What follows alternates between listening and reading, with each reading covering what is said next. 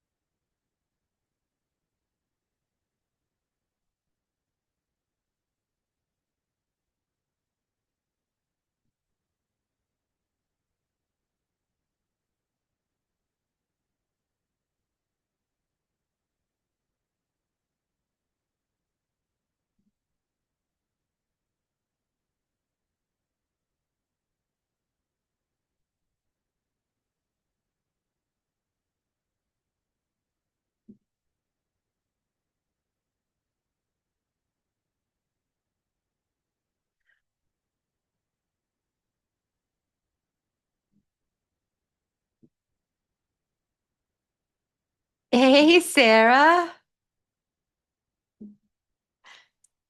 Oh, I can't hear you. Ah, wonderful. Let me see about sharing so you can share your screen. Thanks for coming on today. No problem. Thanks for having me. Yeah, I'm stoked.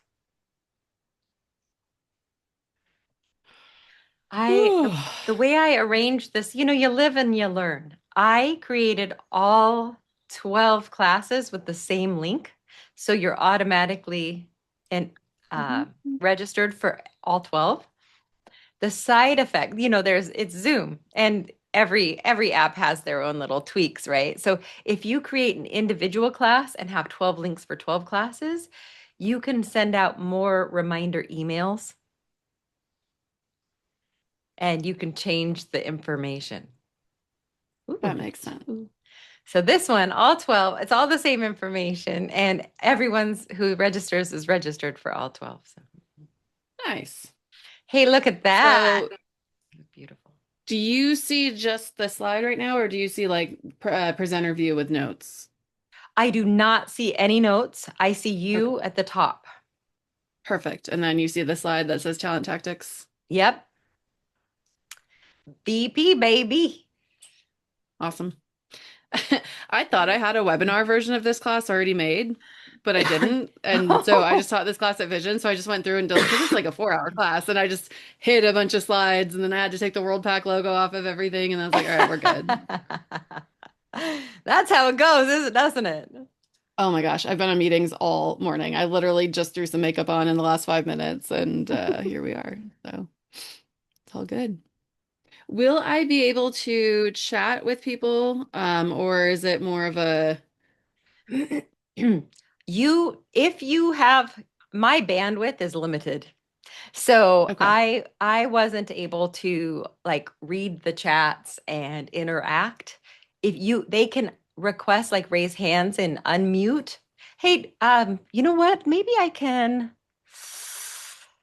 I wonder if I can make co-hosts. Jeff, maybe we can do that. Hi, Jeff. Yeah. Hey. I'm gonna go into Zoom on a browser. You should be able to make her co-host. Oh, maybe I can do that inside this Zoom. I just don't know. Yeah, you should be able to do that.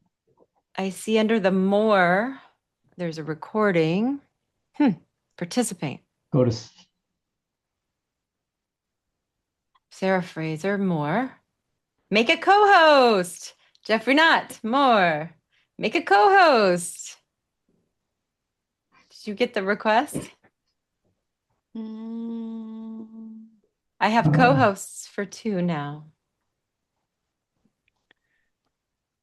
yeah, you made me co-host. I already let Alan in.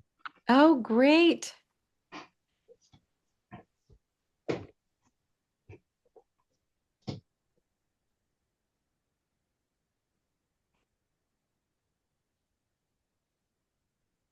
So Sarah, how was Vision for you? Vision was great. Yeah, it was really good. It went by fast. Um, but it was good. We had a really good, it was different having a team this year, instead of just Dad and I having like actual people in the booth and taking care of things was nice, but How many different. how So many people you have on the team now? in total, we have, like if we count all of our part-time people, we have eight. And then we had four with us. So we had Dad and I, Chrissy, Paul, or maybe we had five with us. Chrissy, Paul, and Clay were with us. So yeah, our two Awesome. advisor coaches, and then Chrissy does a lot with the hiring space. So Fantastic. it's been growing. It's been exciting. I am That's so great. proud. I am so Yeah. proud of you. I got kicked out of the booth multiple times because, our employees actually wanted to do their jobs and I was just in the way. So I was like, all right, I'll go take a walk. It's fine. How incredible. What a feeling. Yeah, yeah, it was nice.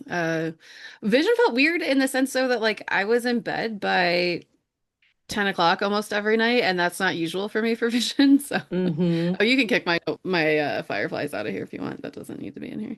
Okay. Um yeah, so it was odd that I wasn't up late and doing all the things, but it was good. Got some sleep. There was did you see Lucas's two different mentions about Vision? Yeah. I don't know if I did or not. He had two different ones. One he did it seemed like the very next day, and then one he did later that day, and the next day after that, and it was I can't. I'm not sure. Well, anyway, you should try and look it up when you can on Facebook. And um, it was giving some kind of giving some strong feedback, and then but he also in the other one he was kind of turned more into praise of Sherry and the team and the program in general. Okay. I always get confused sometimes because I see, like, I think it's him posting, but it's just his group, and then it's somebody else posting. And then I'm like, Yeah, wait, was that Yes. him or was that from somebody else? And so I have yeah. to, but yeah, I haven't really been on there a whole lot since. I'll have to take a look. Megan. Hi, beautiful. Hey, friend, how you doing? Good, how are you? I feel like you've sat through this class at least a couple times by now, but maybe not. If I can get a nugget, I'm happy to listen. I love it. We missed you at Vision. I know, I was sad to not be there, but hopefully ASTA. Or Yes, are yes. the cool kids calling it ASTA? Is that what I'm supposed to say? The what? I would Are say the yes cool to that. I call it Okay, Asta. If all I'm a right, cool cool. Asta. kid, I don't Yeah, know. Asta. Okay. Hopefully ASTA. Listen, you and your Well, it I hope it used to so. be ASTE and then it got changed to ASTA, and so now I think we just say Asta. Yeah. gotcha. I know it's too confusing. There's too many acronyms and like I go to ATE in a couple of weeks and then yeah. Our ladies in Mexico and South America, they call AWIA AWIA.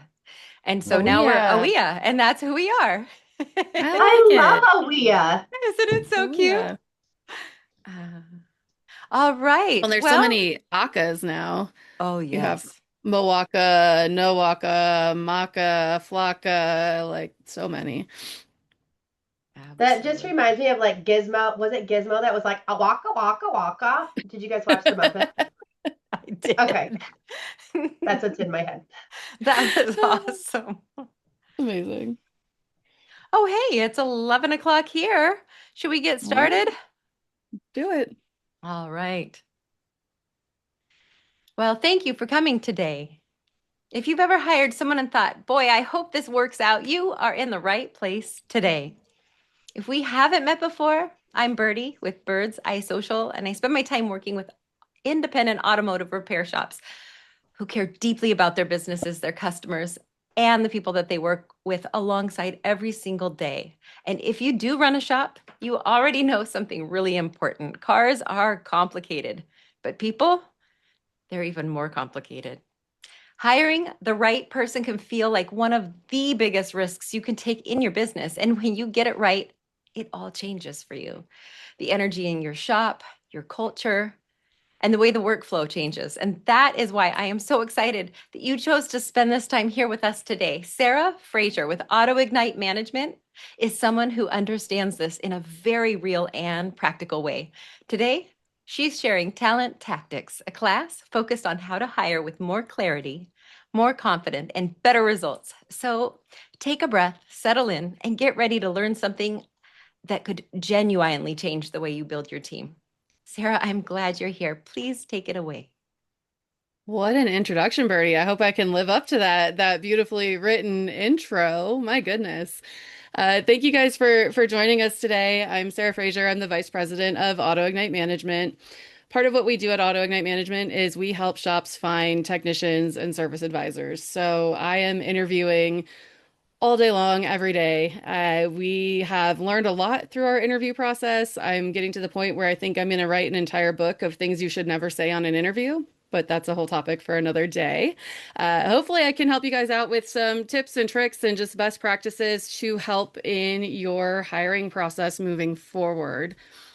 One of the things I really want to cover when we talk about hiring is just looking at who's in our current workforce. And right now, we have a multi-generational workforce that is primarily focused on three generations, being Gen X, Gen Y, and Gen Z. We still have baby boomers in the workforce, but there's not a lot of them. They're retiring. They are, the ones that are still there. They're not looking for jobs right now. They're typically the people that are working somewhere they've been for a long time. So when we're posting job ads, it's not typically baby boomers that are responding to those ads. The generations that we are seeing are Gen X being at 33%, Gen Y or millennials being at 40%, And then Gen Z coming in strong at 20%. And that number for Gen Z is just going to continue to grow and grow. So I want to talk a little bit about those different generations, their expectations, because I think it's important to think about who we're attracting when we're looking for employees to come and join us and what's important to them, especially when we have these three very different generations working side by side, what they bring to the table, what are the things that they're looking from for their jobs and those kinds of things. So when we look at Gen X, this is somebody who's currently between the ages of 46 to 61. Gen X is also known as latchkey kids, and that comes from this is a generation of kids that typically would come home to an empty house. Mom was at work, dad was at work. They would typically come home to an empty house, but they would do their homework, they would do their chores, they would get things done. They're incredibly independent and they value that autonomy. And that's how they are in the workplace as well. They tend to be far more independent versus the millennial who is more of a team player, team worker. Not saying that Gen X can't work as a team, they can, but they like to be praised for the individual contribution that they're making. They want to be noticed for that. Gen X currently, where they're at in their career, they're typically in more of a leadership role now. They're, 46 to 61. They're not entering in, they're not, typically when you're hiring somebody in this generation, they're already bringing a lot of skill set to the table and they want to be recognized for that as well. They have an incredibly strong work ethic. They're great problem solvers. And when we think of Gen X, just respect and trust are key motivators for this generation. I can't see the chat. Normally I would ask if there's who we all have with us that's Gen X, but if you feel like chatting with each other, you can share if you're in Gen X or not. And then we have Gen Y, which is also the millennials. So this is my generation and we are currently ages 30 to 45. Millennials are also known as trophy kids, and that's because we grew up in an era where we were awarded just for showing up, just for participating. If we played a sport, it didn't matter if we won or lost, we got that ribbon just for showing up and playing the sport.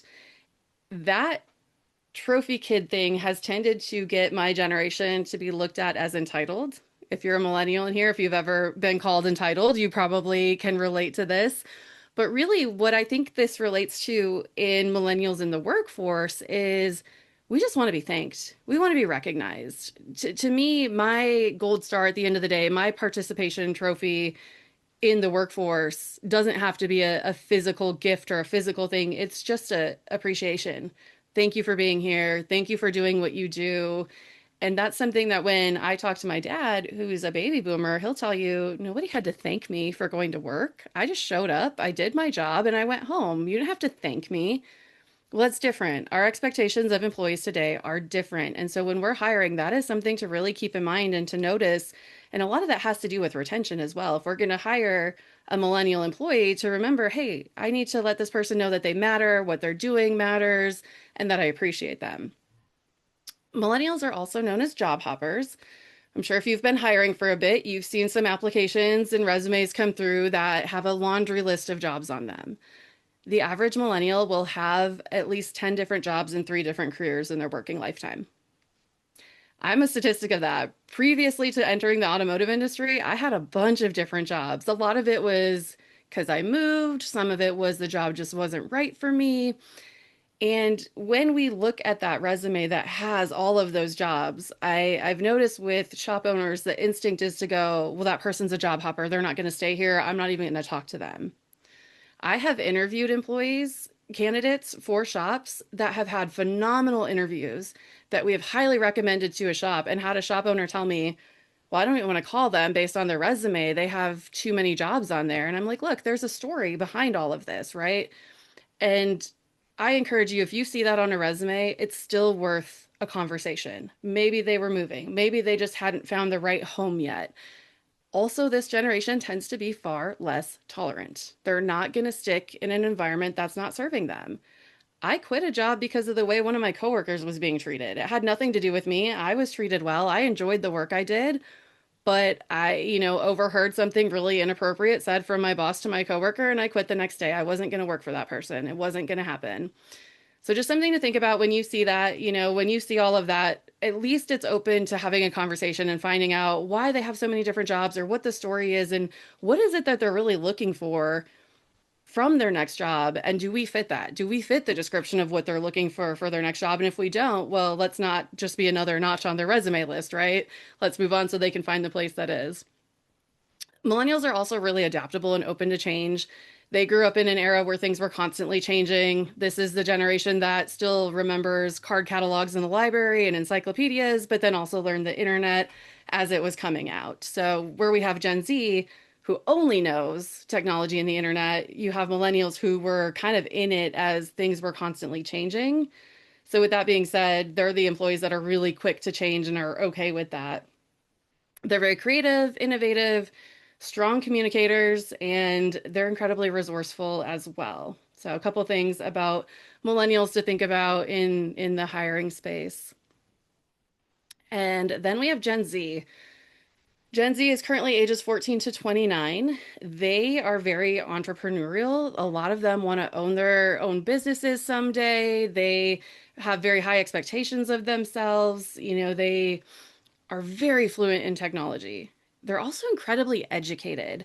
And when I talk about Gen Z being very educated, I don't mean that they've all gone to college and they have these college degrees. What I mean is that they're very educated in the things that they're passionate about. They have always had a way to access information quickly. They've always been able to Google something, watch YouTube videos, learn about something that they're interested in. So they're educated in a different way than what we might look at as educated, but they know a lot about the things that are actually interesting to them.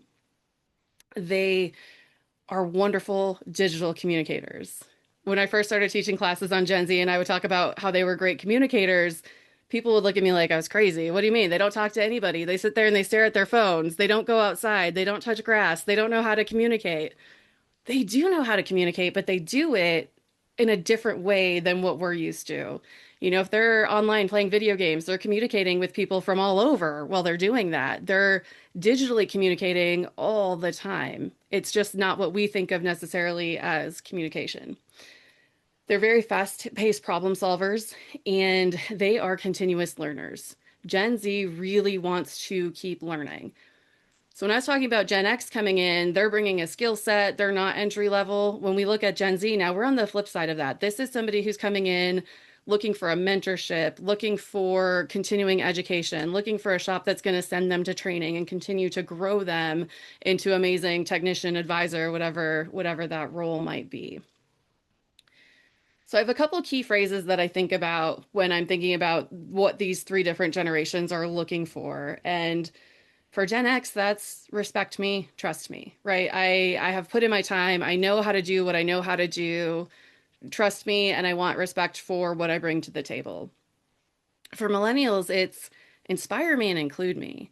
Millennials really want to be included in decisions. They want to know that what they do matters. They want to know that they have a voice, but they also want to be inspired and they want to continue to grow and continue to collaborate and continue to add value to different situations.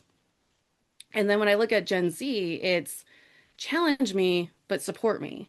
So challenge me. I might be a little bit new to doing this, but I don't just want to come in and do easy work over and over and over again. I want to learn. I want to grow.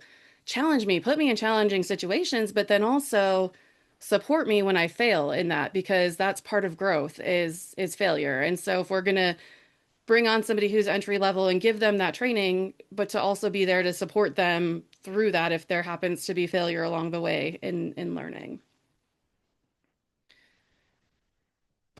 So some things to think about when we are understanding expectations of all of these different generations is that we're hiring a person. We're not just hiring a skill set, right? This is an actual person who comes with expectations and they're looking for more than a paycheck.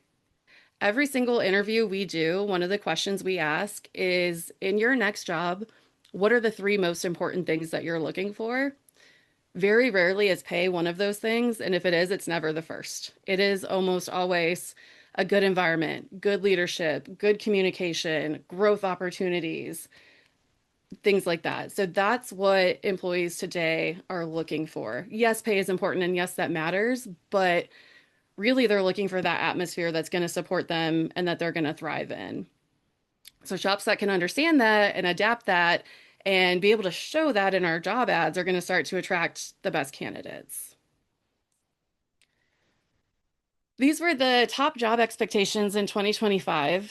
And so they are a positive and inclusive workplace culture, competitive compensation, flexible work arrangements, opportunities for career development and learning, and transparent communication and leadership.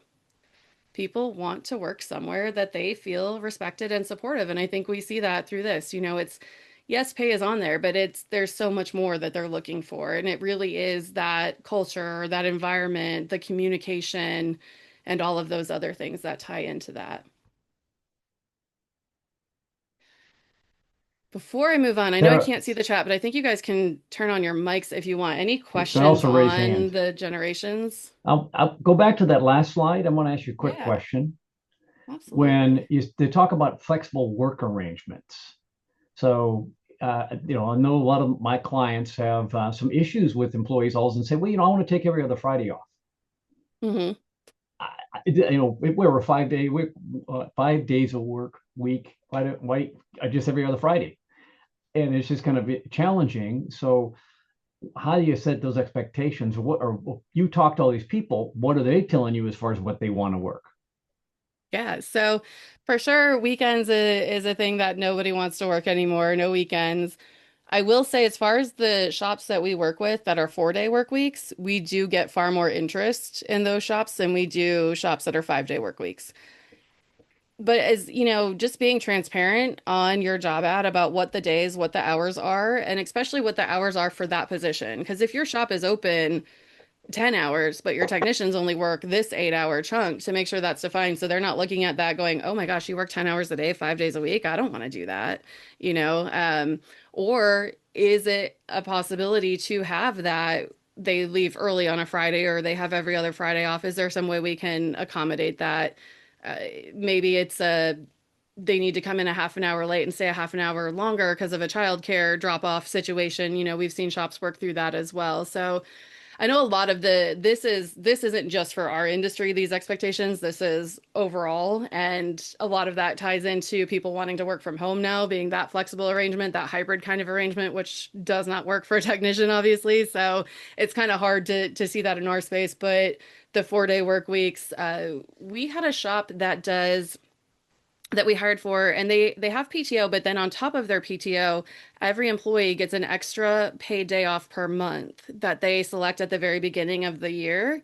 That's not part of their PTO, and that's literally just their day that month to schedule doctor's appointments, to get things done. And so that's kind of a cool thing to do as well. So flexible work arrangements and just accommodating life and work-life balance and understanding that employees today, work is not the most important thing in our lives. I love my job, I love what I do, but I also really enjoy my personal time too. And so having a company that understands that and respects time off and doesn't make you feel guilty for taking a vacation, but actually encourages that you use your vacation time, things like that. Any other questions? All right. We will keep moving along. So, the next step of this is defining our job. When we're going to write a job ad, something that's really important is fully understanding what this job is. Okay, I'm going to hire a technician. Great. But what skills am I needing? What skills are preferred? What are required? What is the day-to-day work going to look like? All of these things come into play. And then also understanding our company and our culture and our company advantage and all of those things as well when we're putting this job ad together. Things that I like to think about are, is this entry level? Am I open to bringing somebody in that's in entry level? And if I am, do I have the people in place to train them and bring them, up to speed? Because we can go in with the best intention saying, yeah, we really want to bring this person on and grow them into an amazing, technician. But if we don't have the resources and the people in place to do that, we're just bringing them in and setting them up for failure. So kind of looking at that, is it entry level or is this experienced only? Is there a growth plan in place? What skills are non-negotiable? What do they absolutely need to know how to do? And then What skills am I willing to train? We tend to see this with shops a lot, and I think what helps us a little bit not being in the shop is we don't have necessarily we have the pressure, but it's not as intense. And you might have been in this situation where you're interviewing somebody and they don't check all of your boxes, but you start doing this, well, I think they could. I think they might. Maybe they could just, and we end up hiring somebody who can't do all the things we need them to do, whether that was out of desperation or just overly positive thinking that we could get them there. If we go into this knowing I am not willing to train these skills, these are non-negotiable, I need somebody who knows how to do this, that keeps us a lot more clear when it comes to making decisions and helps us avoid hiring that person that we thought we could get there, that we just end up a month later having to start back at square one. So I like to come up with like the 3 to 5 non-negotiable skills and then 3 to 5 skills that we would be willing to train. Other things to think about when writing your job ad. This is essentially your first impression. And we have to keep in mind that a lot of these candidates are not fully reading these job ads. They're just scanning. They're scrolling through and they're scanning and they're waiting for something to grab their attention. So we need to be able to grab that attention quickly. We need to be able to show them our culture and why we're a great place to work and what sets us apart from other shops, and then also the benefits and the essentials, and answer the question of why would I want to work there over anywhere else? How do we define our company culture? I talk to a lot of shops, and when I ask them to tell me, oh, what's your culture like? I'll hear, actually, I just taught this class in person a couple days ago, and I made everyone in the class shout out things about their culture, and they were all 1 or 2 word answers. You know, we treat each other like family. Somebody told me that their culture was they're loud, and I was like, well, that's great to know, because if you include something about that in your job ad, somebody who's very quiet and very timid might know that's not the shop for me to go work at. We all get along. We have fun together, and those are great things, but we need more than that when we're talking about our culture. And it needs to sound human, not corporate. People really connect with the authenticity. So being able to share an example of what that culture actually looks like for us. Is it that we do a team lunch every week? Is it that we have team outings? Is it something about our training and our growth? So here's an example from a job ad that we've done, which says, we don't just say we value our team, we prove it. From all expenses paid training trips to Kansas City, to shop-wide outings at the NHRA Mile High Nationals, to real work-life balance with no weekends or nights ever. This is a shop where technicians can build a career, not just punch a clock. So instead of saying, hey, we treat our people like family, we're giving actual examples of things that we do. We are taking the team to training. We're taking the team to these events. We are helping technicians build careers. We're investing in our people. So other examples of this could be, if you do team outings, work-life balances, talking about your supportive leadership, but it has to be specific examples that make your culture believable. These candidates are going to trust examples far more than just adjectives. And I'll be honest, we don't even use the word family in our job ads anymore. I feel like it doesn't hold any weight. I think everyone says we treat people like family, and they go, well, you know what? My last job said that too. And unless they really hate their family, they don't treat people like family. So I use the word community a lot. I talk about, but really just showing actual examples of what it's like to work at our shop and giving actual examples of how that culture works together.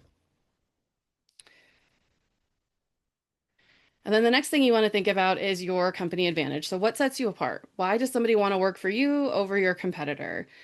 Your reputation, right? Your Google reviews. Talk about that. Check out our reviews on Google. You work hard for that 4.8, 4.9. We're not perfect. That's okay.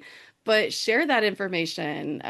Could be the work-life balance. It could be the training, whatever unique selling points you have that set you aside from the shop down the road are things you want to know and include in your job ad. And so if you don't know, I definitely encourage looking at job ads for other shops in your area and seeing what they're putting out there as well.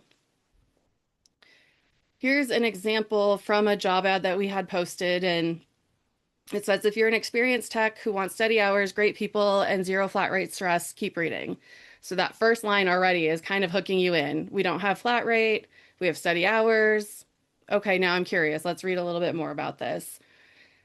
And then it says we're looking for a high level technician. That's something I like to point out is that in job ads, I do not talk about technicians in A, B, or C level. The reason for that is I could ask every single person on this call to tell me what an A level tech is and get that many different answers. So even when we're interviewing, we kind of define what we see as A, B, and C level and then ask them where they fit into that. But I don't use it on job ads. So we more so describe the type of work we're expecting them to do, what the job entails, instead of saying, hey, we're looking for a B tech or we're looking for a master tech.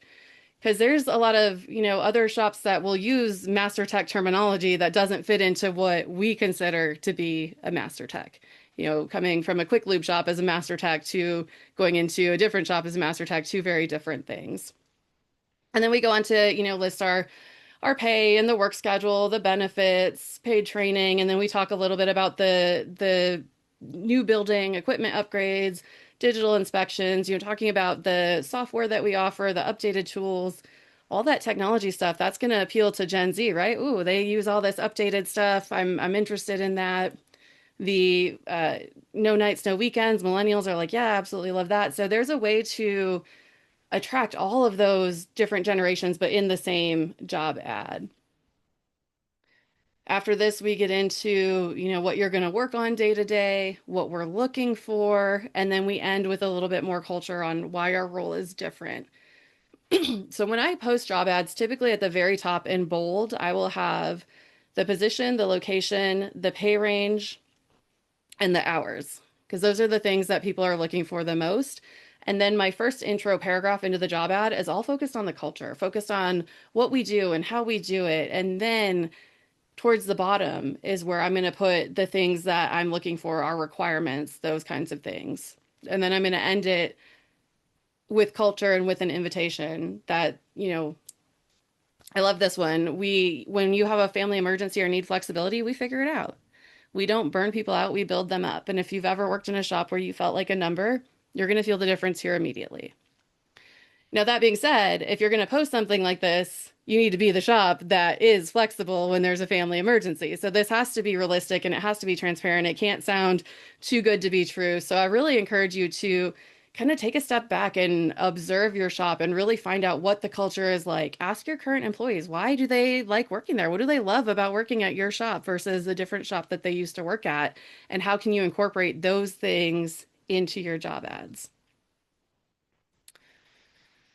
Some benefits that are desirable for today's workforce, things like professional development, training, ample vacation days and paid holidays, even including something, because you might have, especially if we're looking for top level talent, they might be coming from somewhere where they've already built up this 2 weeks, 3 weeks of PTO.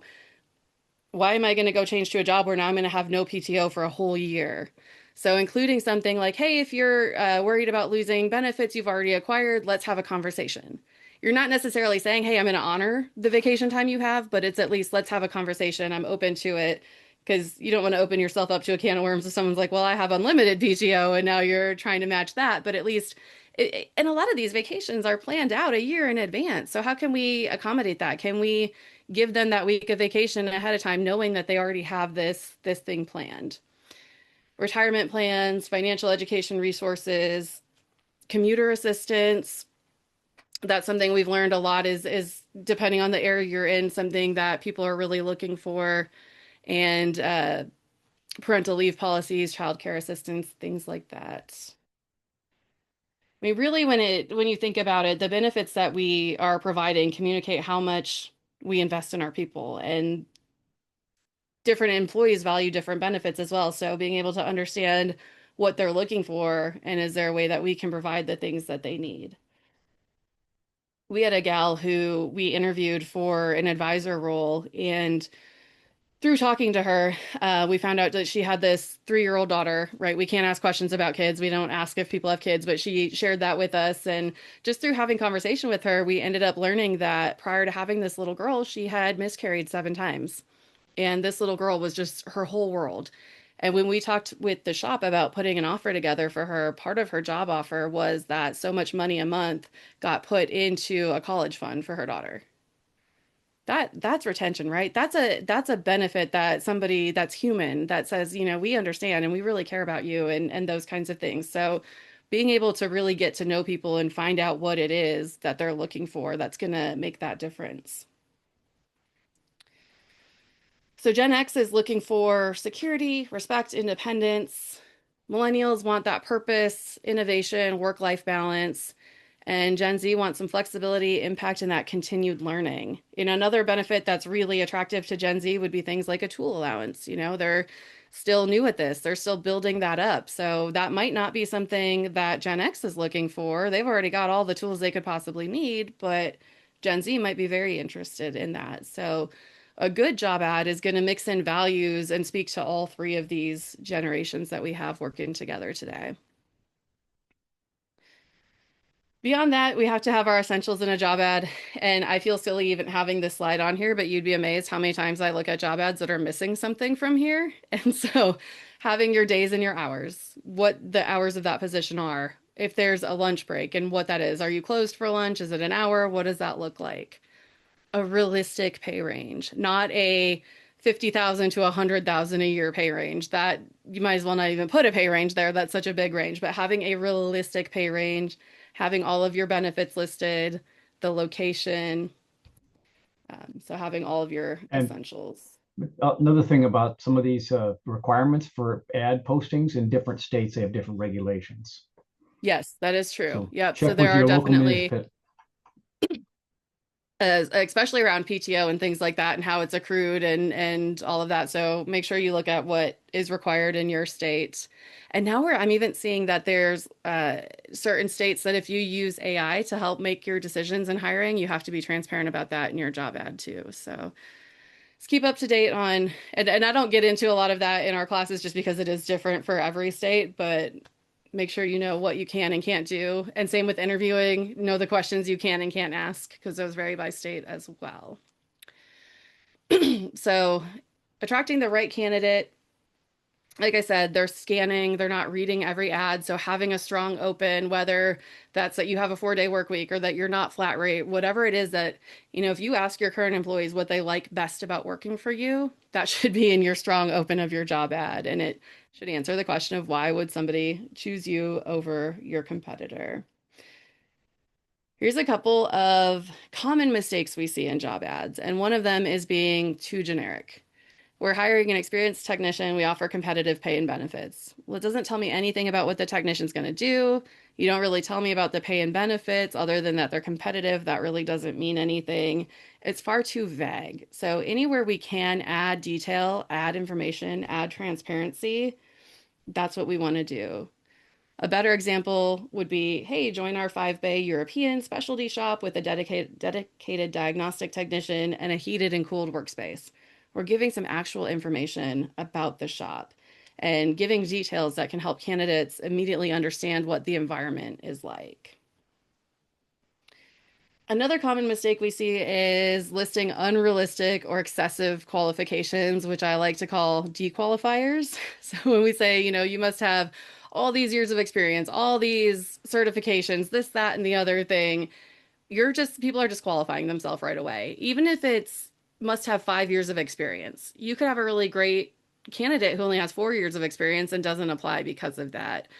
So I do play around with these things a little bit. If I have a job ad that I am just not getting a lot of response to, I go in and I look at, do I have too many disqualifiers? What can I take off of there? On the flip side of that, if I have a job ad where I'm getting tons of candidates, but they're not qualified, I probably need to go in and look at my disqualifiers and adjust them a little bit more, add extra disqualifiers in there. Here's a better example. ASC certifications are a bonus, but not required. If you don't have them, we'll help you earn them and grow with us. So this is a far more inviting way to do that and without being just unrealistic or excessive. And then so many ads that I see don't even talk about company culture, don't even talk about the things that we do, whether that's the team lunches or the continuing education or anything like that. It's just a description of the job, the skills that are required, and that's it. There's nothing about the shop. So being able to really include something that speaks to your company culture. This one says you're going to work with a close-knit, drama-free team in a shop where your input's valued. That tells me a little bit about the shop. Now, again, I would take that a step further and actually include examples to back that up, something we've done that shows how that actually works. But adding in details to really help them understand the atmosphere in our shop. Here's one that we talked about why this shop is different. We work a 4.5 day week. That means your weekends are truly yours. We talk about the size of the shop, that it's clean, it's air conditioned, well lit. Lighting is huge. If you are a well lit shop, talk about that. We get asked about lighting on interviews all the time. We have 14 bays and the latest diagnostic tools. You're going to work closely with an experienced owner in the shop every day. The vibe here is friendly, team focused, and calm. Everybody helps out where needed. We take time to connect. We have monthly shop lunches, occasional outings, quick check ins to keep things running smoothly. Our clients trust us. They're not chasing the cheapest repair. They're bringing us their cars because they want things done right the first time. What does that say to a technician? Wow, I'm going to go work at a place that also has really good clients and that wants high level knowledge and that's not just doing the cheapest repair. That's the kind of shop I want to go work in.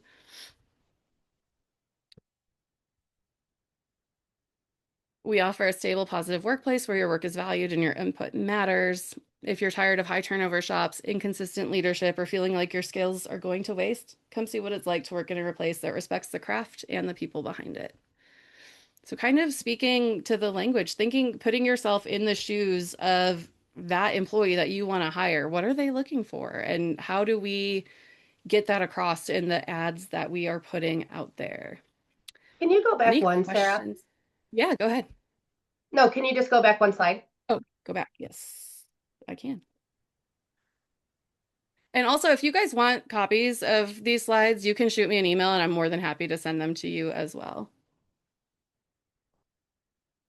Any questions on writing the job ad itself? I know this is kind of a quick crash course, but anything that wasn't clear or you might have a question on? Clear as Thank mud. you. We're good. Awesome. So now you've got this job ad that you've spent a lot of time on putting together. You've got your culture in it. You've made sure it covers all of the things. What do we do with it? Where are we going to post it? I don't have the secret answer for you on this. What I will tell you is when you start out to cast a wide net, to try all of the things that there are, whether that's Indeed, whether that's ZipRecruiter. We have hired people from ads on Craigslist, believe it or not. It's $25 for a month on Craigslist. I will start using it. If I don't get any response to it, we stop. And that's really my best advice is try what's out there and then invest the money in the one that's actually working and let go of the other ones. Find the one that you're actually getting candidates in that's working for you and focus more on boosting on that one. But also, using your social media, using your connections in your local area, in the industry, and knowing that your best candidate might not even be actively looking for a job, but they discover you through other opportunities or networks, or even some of these job boards like Indeed have databases of resumes that you can access and invite people that way as well. So they might have not have even been actively looking for a job in the past 2 years, but you send them an invite and they read this amazing ad that you just put up and they're like, wow, that might be worth a conversation. I might reach out to that shop. I wasn't really looking, but they have all of these things that my current shop doesn't do. So it's worth a shot. That's something else that people should think about to shops marketing themselves. What not just that looking for people, but market themselves as far as events and what kind of things you support. I tell everybody if you have the going out with the Girl Scouts and you're doing something with them, post that. Anything you're doing, want to show that you're part of that community. It's really important. Absolutely. I will say, when somebody looks at your job ad before they apply, they're going to go do a couple of things. They're going to look at your website. They're going to look at your reviews and they're going to look at your social media. Those are the three things I would make sure that you are consistently handling and on top of when you're hiring. I talked to a client once that wanted us to help them with hiring, and they didn't have a website. And he was like, well, I know, Megan, that look, right? I'm like, in 2026, you don't have a website? And he was telling me, well, we don't need it. We're always busy. We have great word of mouth. Like, we have never needed it. And I said, well, the thing is, we can't hire for you without a website because anyone that looks at the ad and then goes to try to find you and can't find a website is going to think that you're a shop stuck in 1987 with no up-to-date tools, no up-to-date technology. And he was like, I've never thought about it that way before. So having an online presence is very important.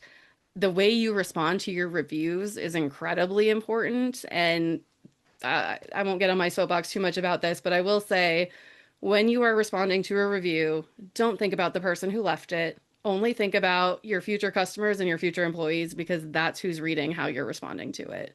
So respond to the good ones, respond to the bad ones, and just remember that's an opportunity to make an impression on somebody that could be coming to work for you someday or that could be coming to you as a customer someday.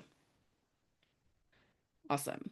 Uh, Once we start getting those resumes in, we start getting candidates in, there's a few things that I highly recommend. One is to stay proactive, be on top of this, dedicate time to do it.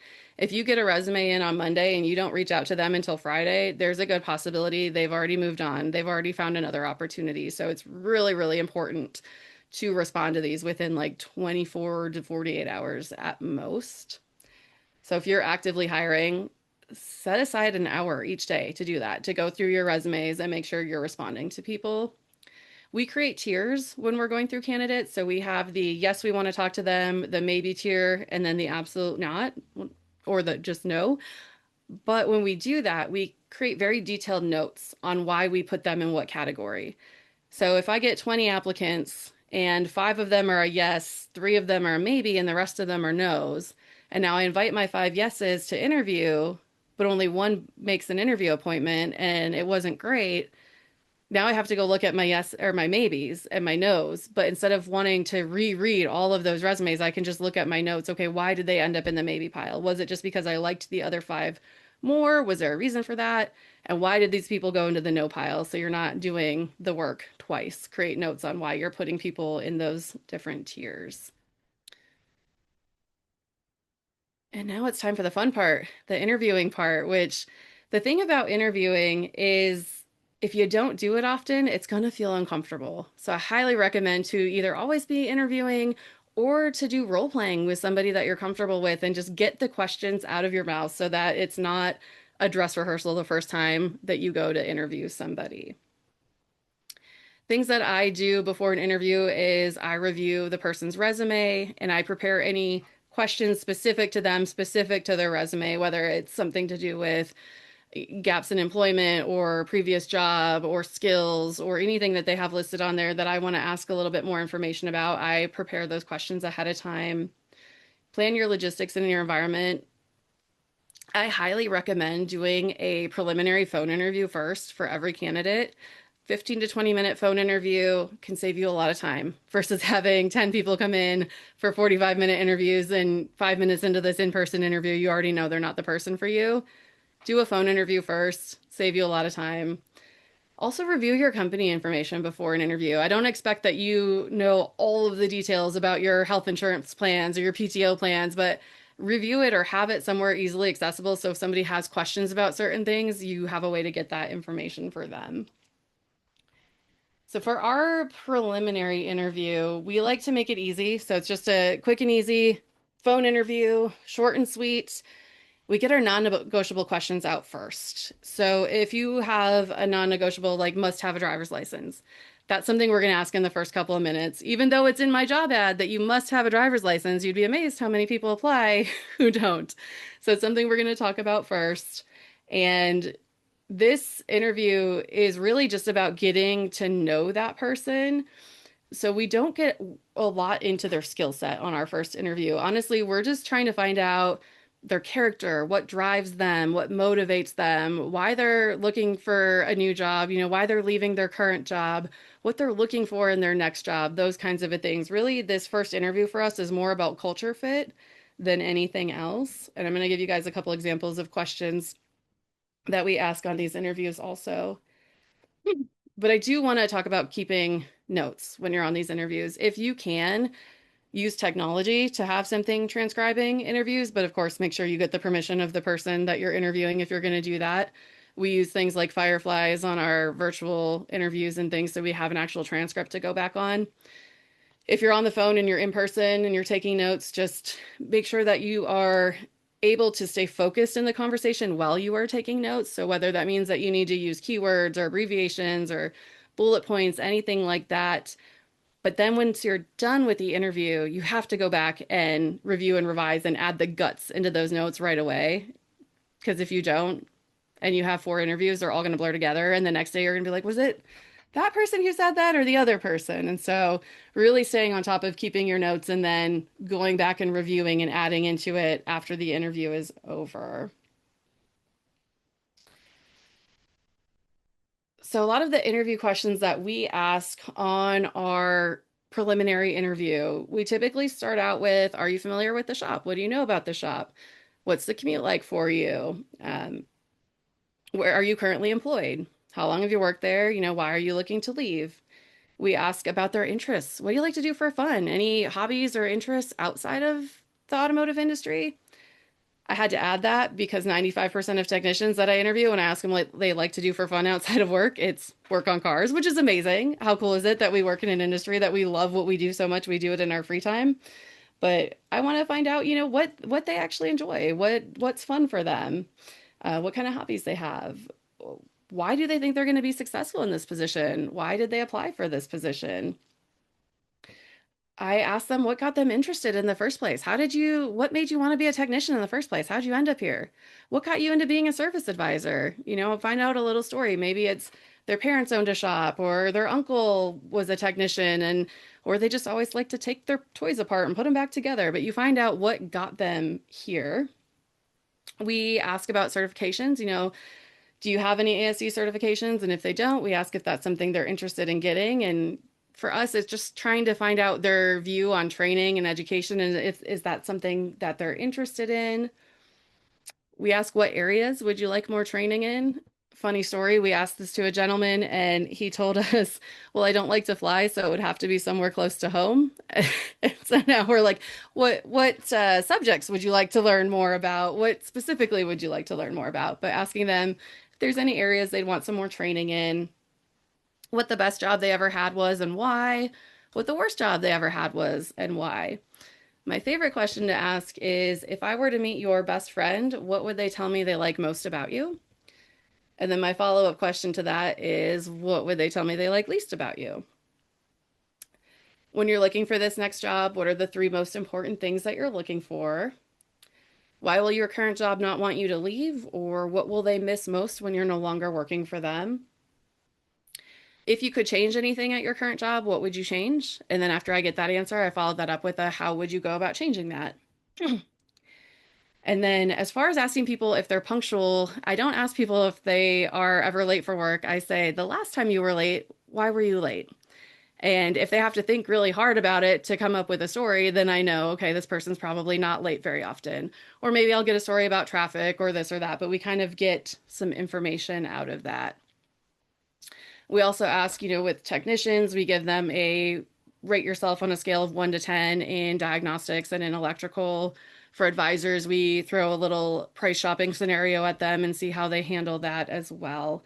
But that's kind of our preliminary interview. So it's usually about 15 to 20 minutes long, and we're just getting a feel of who they are and are they going to fit the culture of our shop. After that preliminary interview, if we feel like they're a good fit on the culture side of things, we send them something that we call a skills inventory, which is just a comprehensive list of tasks specific to that job. And we're asking them the frequency in which they've done them. So whether it's something they've never done, they've done it less than 10 times, more than 10 times, that kind of a thing, it gives us a good snapshot of their experience level. And then when we get that back, if their experience level matches what we're looking for and they seem like a good culture fit, then we move them forward to a second interview, which for us would be a virtual interview. For you guys in the shop would be that in-person interview.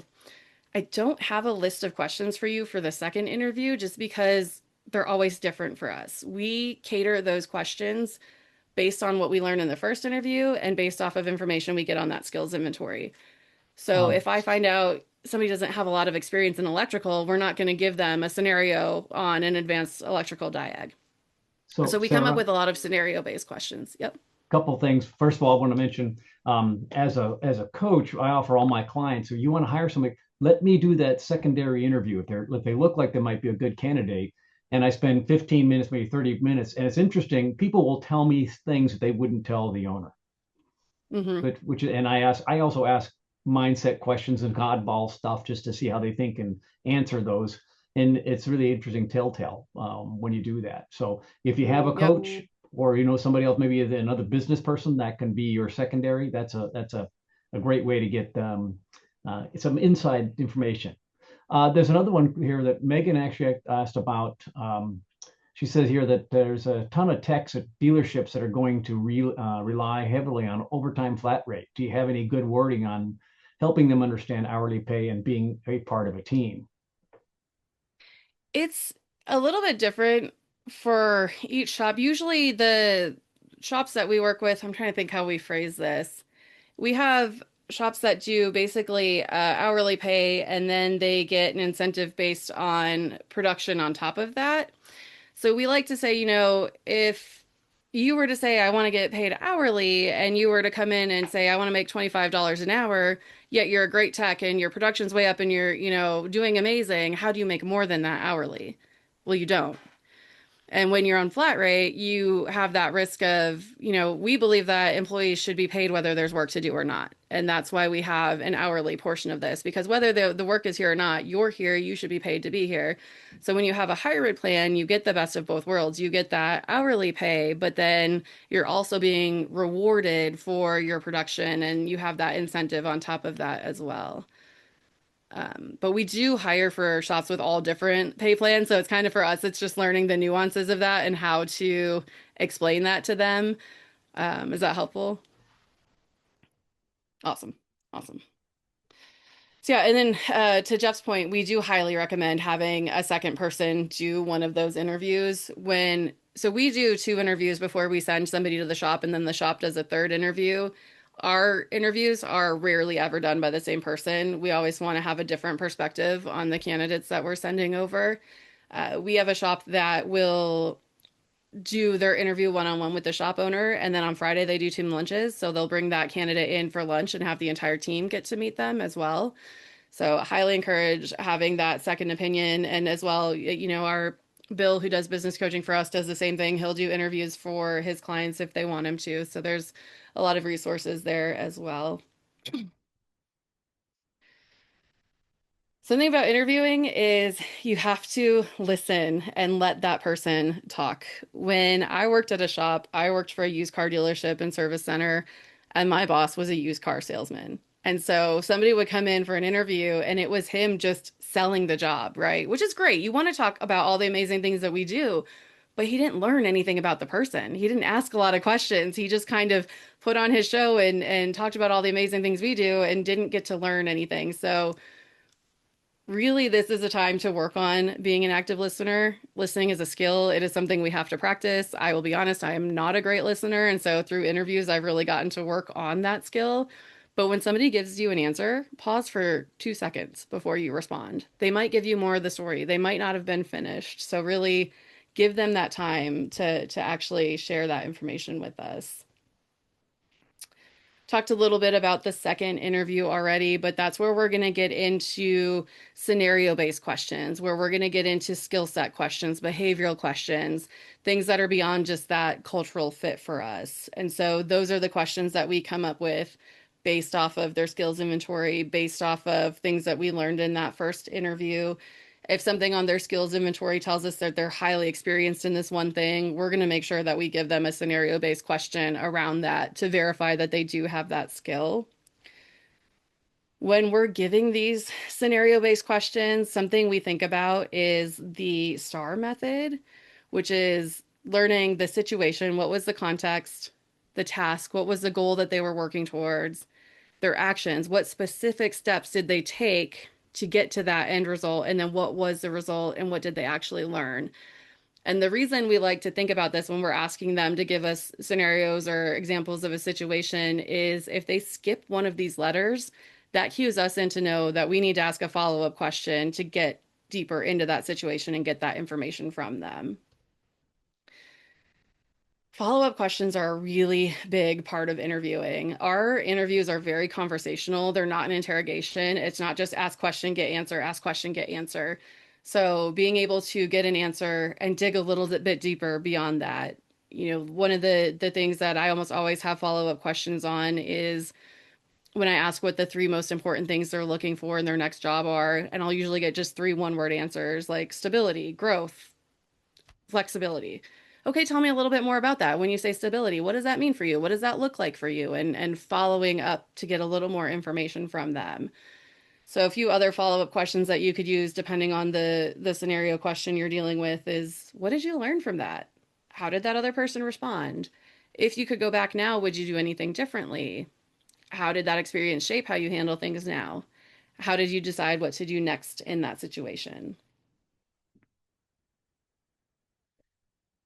And then beyond just getting answers from people in interviews, you really have to not just listen to what they say, but watch how they say it.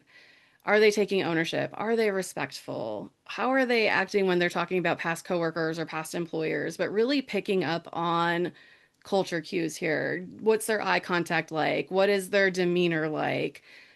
Kind of paying attention to what they light up about when they're talking about and what they maybe shy away from when they talk about things like that. So picking up on all of those nonverbal cues as our recording stuff. uh, all good.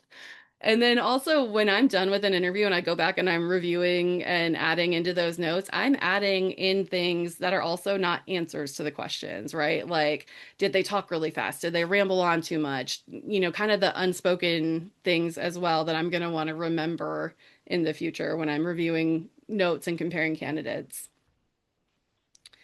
I do have an example of a scenario-based question just to kind of show you guys what that might look like based off of what we learned from this technician.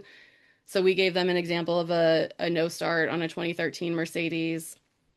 The lights and radio work, but it won't start. The owner says that it was slow cranking last week and random dash lights on startup. So how would you approach that? And then some follow-up questions beyond that. What's the first electrical test you would run? If the battery passes a load test, what's your next check? How do you decide whether to chase an alternator issue or a communication issue in the modules? If you pull multiple random codes, how do you sort out what's cause versus effect? So really giving them questions that make them think about the process after they give us what their process is, but having those follow-ups that dig deeper into that scenario. Any questions on interviewing, interview questions? No? Okay. I'm actually doing good for time here. I thought I was going to go over. So, just to kind of wrap up, things to keep in mind when you're hiring is to be visible, your website, your social media, your reviews. Think about what makes you an attractive shop to work at and include that. Have that as part of your job ad. Emphasize your training and development, embracing technology, talking about the technology that you use, having a positive work environment. What does your work-life balance look like? Benefits and pay, and just being the shop that somebody wants to work at, being the boss that people want to work for, and being able to show that in your job ad as well. So I do have my email address here. If anyone has any questions, if you want copies of the slide, if you just want to have a conversation about a job ad or anything like that, feel free to reach out to me. I'm always, free to have a conversation. So got my email address on there, but I do want to thank you so much for spending part of your afternoon with us. Hopefully you got some new insight to things you could do with your job ads and your hiring process moving forward. Wow, Sarah, thank you so much. Your perspective and experience, it opened my eyes to quite a few different things that we can do differently. Yeah, last weekend at Vision, I was talking about listening is the skill because it's really not taught. And it's really a powerful, powerful tool that we need to flex that muscle and get used to. Hiring. Well, and we hear things at a much faster rate than which we speak. And so what happens is when we're listening to somebody talk to us, our brain is processing that information much quicker and we start to fill in their story for them. We start to go, "Oh, I already know where this is going. I know what they're going to say." And we finish their story in our brain And then what happens is we interrupt. We start talking because we've already finished our story for them when they're still talking. And interviewing is a really, really great place to practice that, actually taking a pause, letting somebody get all of their words out before interrupting them. Absolutely. It is powerful. Thank you so much for being here today. And this is recorded, so we'll be sending out the link soon. And Sarah, thank you so much for being here. Really appreciate you. Thank you for having me. Let's see. Stop the recording.